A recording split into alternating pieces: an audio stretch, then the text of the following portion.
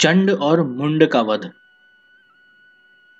ऋषि कहते हैं, उसके बाद शुंभ की आज्ञा पाकर वे चंड मुंड आदि दैत्य चतुरांगणी सेना के साथ अस्त्र शस्त्रों से सुसज्जित हो चल दिए।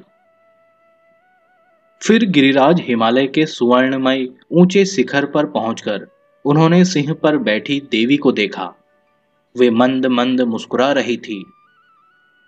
उन्हें देखकर दैत्य लोग तत्परता से पकड़ने का उद्योग करने लगे।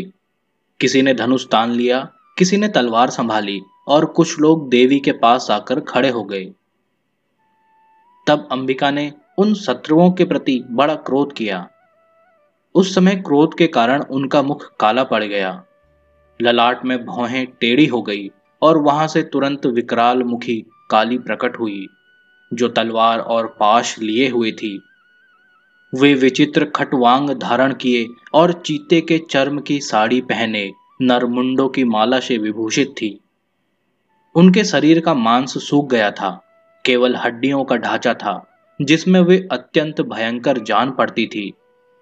उनका मुख विशाल था, अपनी जीभ लपलपाने के कारण वे और भी डरावनी प्रतीत होती थी। उनकी आंखें भीतर को धसी हुई और कुछ लाल थी। वे अपनी भयंकर गर्जना से संपूर्ण दिशाओं को गुंजा रही थी। बड़े बड़े दैत्यों का वध करती हुई वे कालिका देवी बड़े वेग से दैत्यों की उस सेना पर टूट पड़ी और उन सबको भक्षण करने लगी।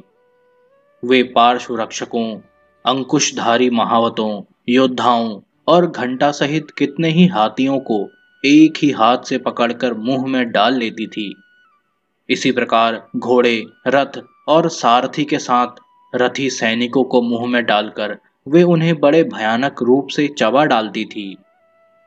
किसी के बाल पकड़ लेती, किसी का गला दबा देती, किसी को पैरों से कुचल डालती और किसी को छाती के धक्के से गिराकर मार डालती थी।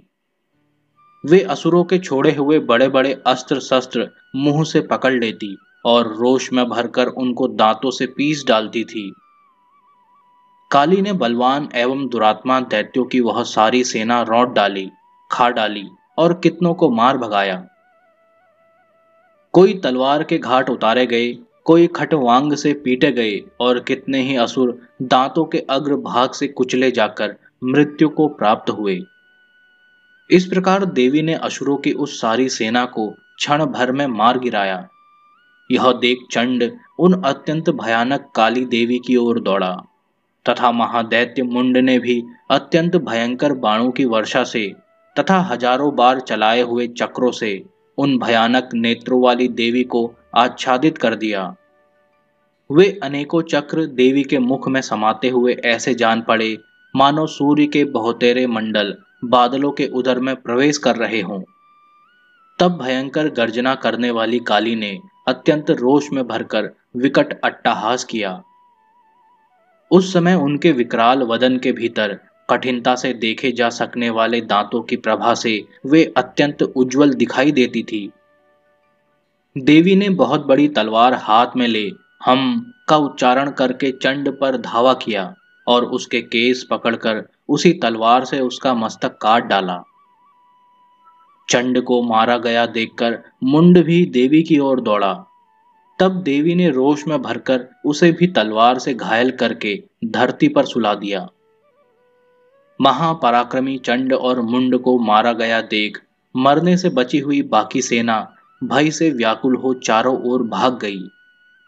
उसके बाद काली ने चंड और मुंड का मस्तक हाथ में ले चंडिका के पास जाकर प्रचंड अट्टहास करते हुए कहा, देवी, मैंने चंड और मुंड नामक दो महापशुओं को तुम्हें भेंट किया है।